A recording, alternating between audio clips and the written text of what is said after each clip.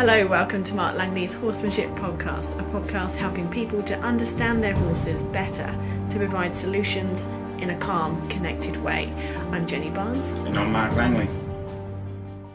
This week we're talking to Mark about young horses and how we can introduce them to some of our new tools and ideas and concepts in our human world. The first question comes from Jamie, and she says, do you have any tips, Mark, for introducing a young horse, in this case a yearling thoroughbred, to a hose? She'd like to be able to give her horse a hose down when he comes off the float. She knows he's going to be a bit sweaty because it's summer here in Australia and we are hot. So you may see in some of my videos, getting a horse to move towards anxiety. So you can start to get your horse, if you've done a good amount of leading with your horse and your horse is coming through with the lead really nice and trusting the lead rope, that's super important. Forwards and backwards, get that soft.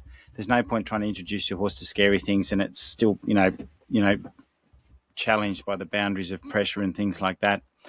So, and then I'll just, because a hose is not free as much as holding a bit of a flag or something that can, or a bit of something on a stick that can kind of get the horse a little bit aroused with it, make it a bit nervous, and then encourage it to push back and come forward. So get something that kind of challenges the horse a little bit, makes them go, "Ooh, I'm not sure about that," and just practice in an area where you just, you're leading the horse, you loosen the rope a little bit, and then you kind of create that little bit of "I'm a bit wary." Now, make sure when you're creating the "I'm a bit wary" sort of, bit of a shake of a flag or something like that, the horse has got room to take some steps backwards. It's important that the horse learns that can back away from the danger as well. So with the young ones, you get them to rock back so many steps. And then as they're rocking back and they're going, "Oh, I'm not sure about that," you pick up the lead rope and then that'll put pole pressure on them. And then they take a step forward while there's that scary thing. Obviously, don't overwhelm them and throw them back full speed and then just pull on them, just enough that they can go, "Oh, I'm not sure about that," and they start backing, and then you take up the feel. They'll feel the boundary, they'll wriggle a little, and you just keep a consistent pressure there till they step forward, until they get a little worried, but then they'll just rock forward in that pressure and come forward. And then it gets them more curious anyway, because they're coming towards the danger, and they realise as long as they can't run away from danger and they start to come towards the feel a bit and then go towards danger and it doesn't attack them, then they get more confidence. So you get them to a stage that they can follow the flag while it's waving, even get closer to it till it's nearly at their nose, and they're like, "Oh wow, that I can walk up to that," and don't let them sniff it straight away, because you want them still a bit nervous of it, but it's more that they can come through with the pressure of the rope when they've got something worrying them in front. And then basically, you put the flag in different positions and things like that, almost like where you'd put the water of a hose, and then you go and get a long hose. You connect it up, to your tap, go out in an area, put the hose on a tap where you've got a fair bit of room to work your horse, and take the hose till it's full extension. So you actually can walk, all the way back towards where the tap is. And you just start, walk back. You just do the same thing. You put the hose at just a little bit on the ground and just hose the ground a little bit so the horse can hear the hose, see the water coming out. It'll push back, and remember, it's already learnt that, there's a bit of worry in front of me, I can step forward. And then you just get it to come towards the hose a little bit while you're walking back a little bit. The horse is coming towards it, and then you just slowly decrease the gap between you and the horse until the horse is like, "Ooh, I'm very close to that water," and the water's just spraying on the ground, and it might come and sniff the water a little bit that's coming out, and you don't have it on full, have a fair, you just have the water on a slow pressure where it's just enough water that they can feel it, and then you get them to come towards it, follow it, and then slowly you just start to, if they've sniffed it a little bit, sometimes if it's on low pressure, they'll sniff and they'll touch the water and they'll be, okay with that. And then you just gently walk them until you can just, touch just their hooves a little bit. So you just let it touch their feet a little bit, and they might step back a bit, and then you take the hose away a bit, then you get them to walk forward. So they're kind of almost walked forward till they've touched the water. You haven't just kind of squirted them and held them until they stood still. And just, get them to walk past the hose on the side, one side, walk past the other while it's hosing, until you'll find that you can get up one leg and then slowly but surely, as long as they can move backwards and then they can definitely move forwards really softly and they're not frozen, and you keep them in movement whilst you're just introducing it to them, then they'll start to follow the feel of the rope more than just get away from that hose. And slowly but surely, you just sort of, with graded exposure, you'll get right down the horse all the way to their hip. But it's really good to get them to walk by in a straight line past it. So you can, there's nothing worse than trying to hose their back leg and they're just, spinning around trying to face up all the time. And for those people who've done a lot of, disengage the hip face up exercises, you want to get them walking past you in a straight line and get the horses nice down the sides before you introduce them to hoses too. And if that pricks up your ears, of course, there are videos specifically on that on our online membership. So talking about getting a horse to, lead really well, following a feel, the next question comes from Michelle. She would like to know what the next step is, because she's been getting her 6-year-old standardbred to follow a feel coming forward, and he's doing it really well on a walk. But she wants to know, how do you increase the energy now consistently to do more than a walk, but without driving pressure? In regarding driving pressure, there's some horses can cope with a little bit of drive, like, you put them on a lunge, you bang your leg, you think forward, you lift up your energy a bit, and they go forward and they trot around, and they're okay with it. And sometimes I'll even do that with horses. But the reason why I encourage people to focus on good quality leading and get that better first, and when they get their horse out and wanted to travel past a walk, is because you get a lot of heavy horses still don't follow the feel well in the lead rope. They still kind of brace in the lead. They still don't back up and come forward really softly.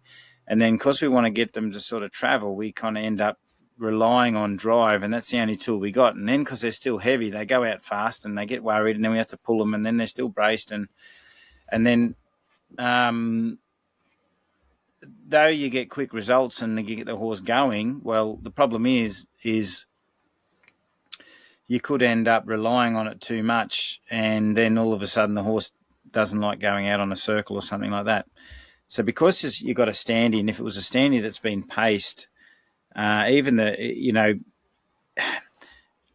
have a very big wall in front of them between the walk and whatever they're going to offer you after that, which could be a trot or a pace. Some have still got a natural trot, but they've been so mechanically taught to pace that they get worried. Got to remember at the races, they were sort of so adrenalized that they just went out in the carts and they straight to pace, bang. A lot of energy, a lot of worry, bang, straight pacing. But by the time you've sort of led them and got them soft, they're in this kind of calm walk. And then they go, oh, there's the pace. Oh, and so a normal sort of, like, they're normal horses, sorry, but a horse that hasn't been taught or mechanically taught to place with the leg ropes and everything like that, they just don't have a big wall between walk and trot, because it's just a free gate for them that just happens naturally. So the pacers are always going to have more trouble getting into the pace. It's just like there's a real sticky spot right after. And a lot of people that's got a pacer out there will probably go, yeah, when I'm lead, I get to the fast walk, but the horse just kind of pulls at the point that it needs to break from walk to whatever's next. Could be pace, could be trot. Okay, so be patient, but not patient and just wait, because it's not going to happen with just waiting. It has to happen with education, but you have to be a little bit patient and not jump them into it too quickly, because otherwise they're just going to go fast walk, worry, boom, pace. So don't worry about necessarily the trot straight away. Just worry about how softly your horse comes through with the lead rope. So don't worry about getting past you out on the circle for a bit. Just get it to go from like a standstill or a slow walk to accelerate up to the fast walk really softly, so you can slow down and then pick up that feel, and the horse just comes, yes, I can come through in that walk.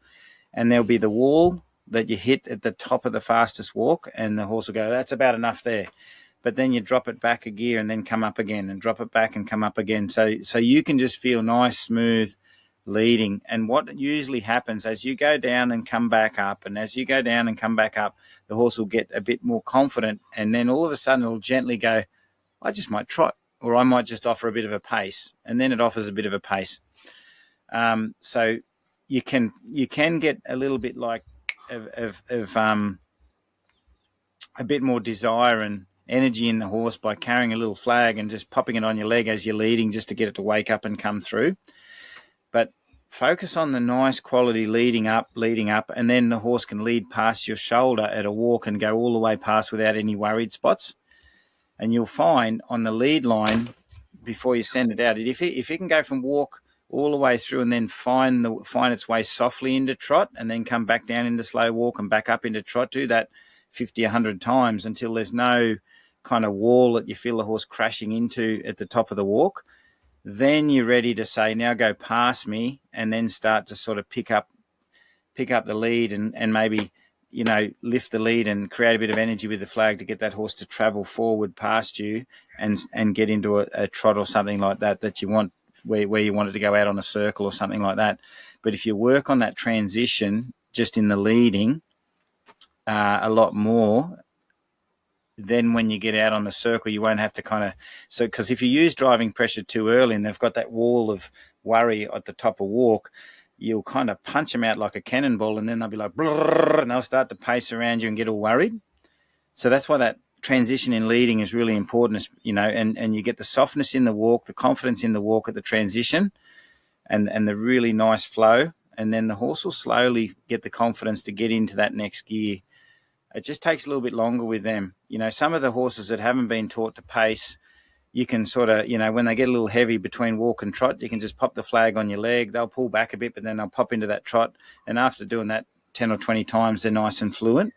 Whereas the paces, you got to do more of that, lead them up to the boundary, back them off a bit, lead them up, and you'll find that just dissipates itself, but you just give them that bit more time. Starting horses. In this case, a 2-year-old youngster who's been really well handled, but not in your way of training. What videos should its owner Anna watch, and in what order, to help with this? She's finding that he's really sensible 90% of the time, but then is terrified of water and a few other odd things. And at those times, his training goes completely out of the window and he will barge into her. He's normally very light with pressure and release, but she's missed something, because when he gets worried, he just forgets everything and it's hard to control. Any tips for Anna? Okay. I mean, there's so many videos out there, from even the first foal handling leading videos, that I'd recommend for everybody, which is just getting the horses to follow the feel of a lead rope. And in those videos, you'd start to kind of, it just goes right back to sort of, hey, can you look at me with the feel of a lead? Can you step with me with a bit of a feel lead? Introducing the back up to young horses and things like that. And you'll see in those lessons, I'm not using a lot of driving pressure. I'm using more, follow the feel. And there's one particular lesson which I think's a must, I think, and someone recommended it on another question that just came through on the Facebook members, and I thought it was really good of them to sort of pick that particular video series for young horse handling, and that's the Coco series. And just for the people who aren't familiar with it, it's me spending 3 or 4 lessons just standing and getting her to free up under the chin and just start to stop wriggling and bracing. And it could be as boring as, watching paint dry for some people, because it's kind of like the same thing for 3 lessons or so. But it just shows you that you have to commit to one thing for a while to get some of that brace and wriggle out of horses. And there's so many ways in driving pressure techniques to stick up the ribs, a breeching rope just to sort of, if the horse doesn't lead to the pole pressure and find, and all those things will get a horse moving forward. But in my experience, the ones that come to clinics that are really stuck, you still got to go back to that basic and say, I'm going to stand here and I'm going to move this halter, and you're going to find your balance in it. So with that Coco video, it really shows you, where you really want to, how much wriggle a horse can have, and where you want to get them to, and how accurate you want them to be in that lead rope. So everything after that gets really easy. And then if you've done that, you'll find that when the horse is not a release hunter, it's a feel follower, because they've done all that, because basically they've wriggled, they've felt the boundaries. You've just stayed in there until they've just followed the feel. And what it should feel like is, you can imagine yourself, I put a blindfold on you, we're best friends, I take you by the hand and I'm going to lead you to a surprise. And you're confident, with my hand, then I'm not going to lead you and do something nasty to you. So, when you just trust someone to hold their hand. Now they're holding your hand, but they're not. They're holding your hand, but they're not flinching away from the pressure. And a lot of horses, they lead, but they're just flinching to get away from the pressure until the next pressure comes, so they can find the next release. Whereas a horse that follows a feel, it's just following the path of least resistance, but the feel and the boundaries and the idea of being with the feel is always there. So they don't end up release hunters where the pressure worries them and then they got to get that release. So what I really want you to, think about is those videos of that basic leading really sets them up to be confident in the thing that you grab for all the time or you tie them up with, and that's that lead rope. And then you go into the sort of young horse, videos, some of the older ones. There's stuff, there's as you go through all the videos, there's older videos of me starting Duchess, and, there's stuff in there that I still do all the time, but then there's some newer starting ones that you'll see that have got a few new things. We're doing a bit more belly rope stuff with these horses, and but anything that's to do with the young foals, the starting, and then you go through the problems that people have in horses, because you'll find if there's certain key words that you use, your horse gets anxious all of a sudden. There's certain key things you'll see in horses, because all the videos out there, they're not designed to give anybody a program. They're just there to sort of say, this is what I did with this particular horse. Now, I don't necessarily want everyone to do exactly that lesson with all their horses. Just see if their horse is similar, and that lesson will suit their horse, and use a bit of discretion in that. So yeah, but regarding the scared to water and stuff like that, if the horse can trust the lead rope and think through a lead rope really softly, you've got a tool to guide it then. And obviously they've got to trust you and the connection that they have with you. But the lead rope's that tool that offers clear boundaries and pathways for that horse to think through. So once you've got that established, you take them to sort of slightly scary things, and you stand there with the long lead rope and get them to walk up to it. When they've got a thought away, the lead rope blocks that thought, gets them to let go of it. But then when they get curious again, the lead rope goes loose and they can think about, what's ahead of them. And the other thing with any scary things like water and stuff like that, you're trying to encourage an environment where the horse has got room to get two eyes on, one eye on, two eyes on, and a longer rope that they can back off a little, they can come forward a little, and they can work their way up to sniffing those things without putting too much pressure. And it's paramount for all horses when they go across scary things like obstacles that they don't get pushed across it fast the first time, because once you start a gully jumper, then you got a gully jumper. Once you get a horse to rush on a float, then it's taught to avoid the scary thing and just get to the other side. They have to think about the scary thing and slowly assess it, process it as they cross it. If you jump things too quickly, then you're going to have to fix it, because one day they'll try and leap a 3 or 4 meter, creek, and end up sort of hurting themselves or you in the process. So, give them time to process those scary things and put their foot in, sniff it, all that sort of stuff, and that's really important. Okay, and the next question is with riding. Once you get onto their backs, it comes from Andrea. She says that she's noticed that when you start young horses, your first ride is always in a rope halter. Her question is, why? What's the benefit of changing to a bitted bridle? Can you just continue to ride in a rope halter indefinitely? Yeah, for sure. Over the years, when I first started taking on horses, I didn't really know much about side pulls. I just, the holders, and there was bosels and, little work bosels and stuff like that. And, the whole bosel together would be a hackamore, and there was softer ones and stuff. And then there was, I used to sort of start them for the snaffle bit, because everyone sort of rode in a snaffle bit. So I always just used a halter. Nowadays, my preference is in riding is I'll do a bit in a halter, because I'm always leading them in a halter, and I still want them to understand it and be able to think into a halter left and right. When people do their groundwork, they sometimes put cavesons on, because the caveson bends to the true shape that the bend's going to be when they're pulled on. But because the horses are soft and a bit, the halters are soft and a bit more forgiving than a bosel, they don't actually, do as much damage in the sense of the bossel wanting to pull this way and the horse's head needing to go with that, but the reine's going the other way. So I find that if you like riding in a holder and you can do okay in it, that's fine.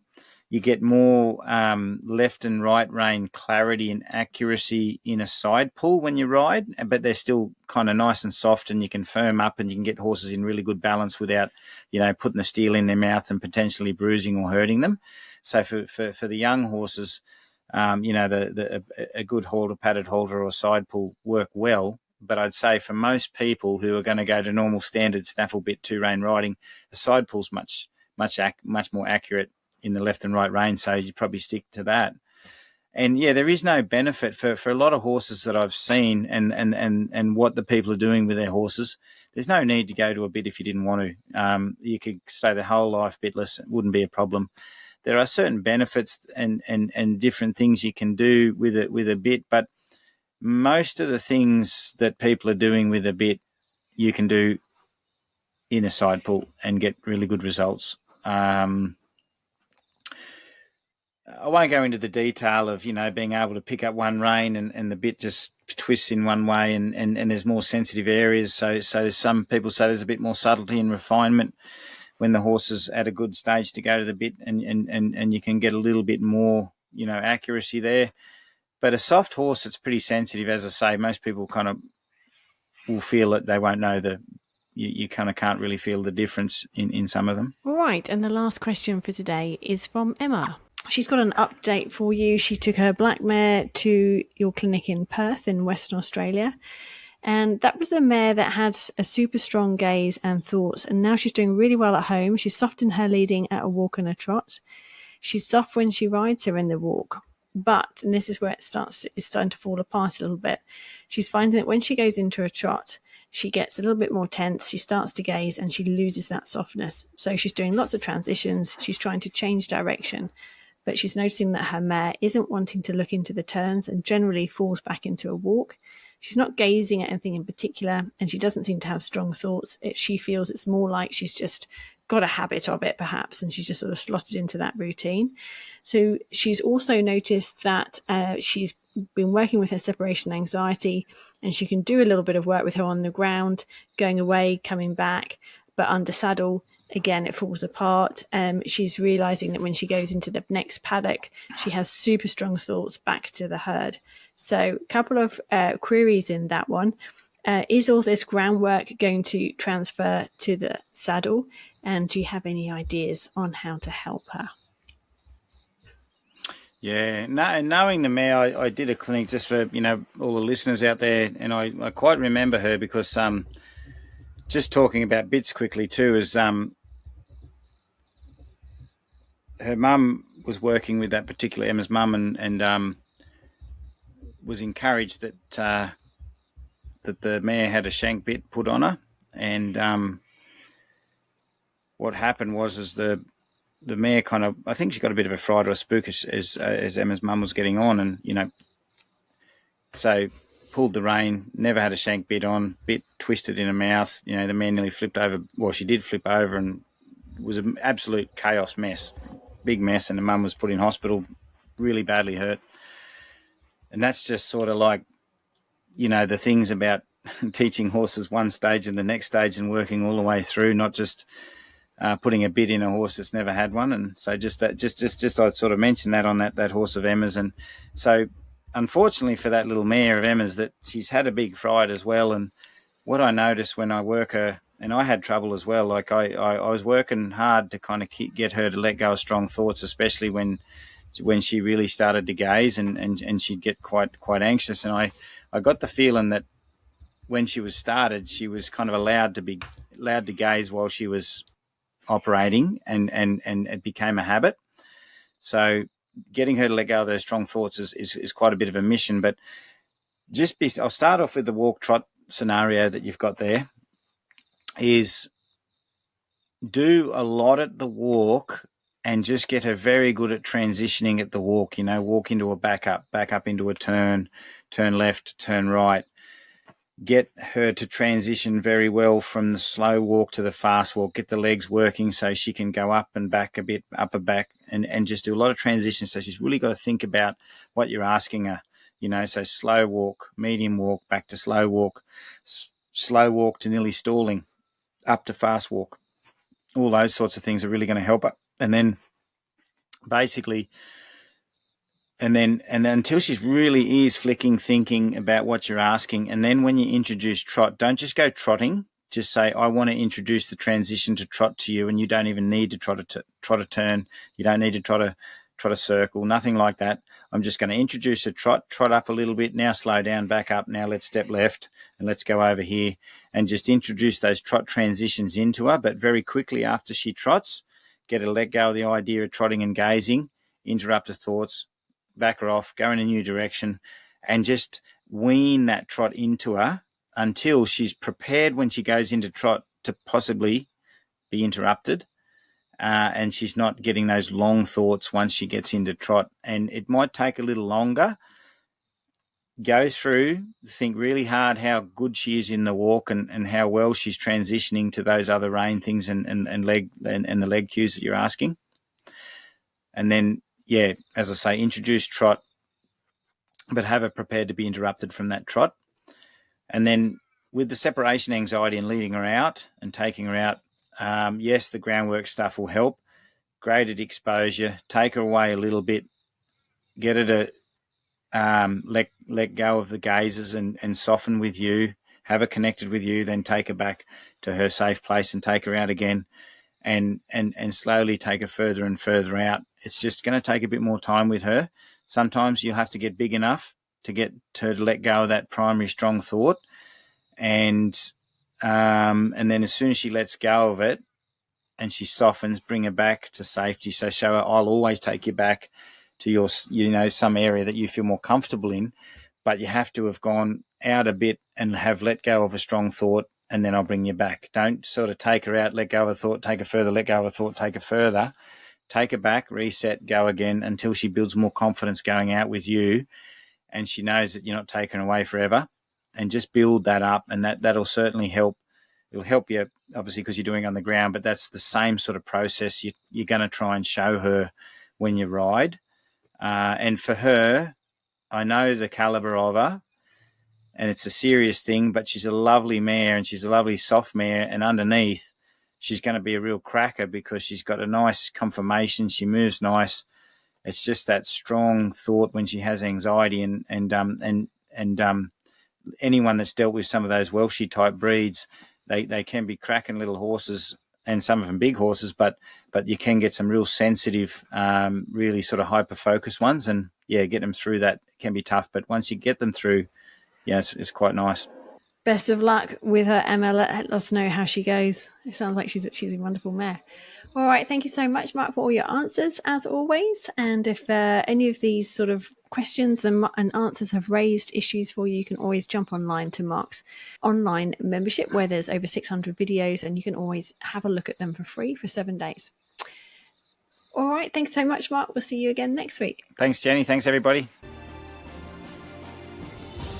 You've been listening to Australia's very own Mark Langley, a horseman with many insights from his decades of dabbling. Jump online to keep learning. marklangley.com.au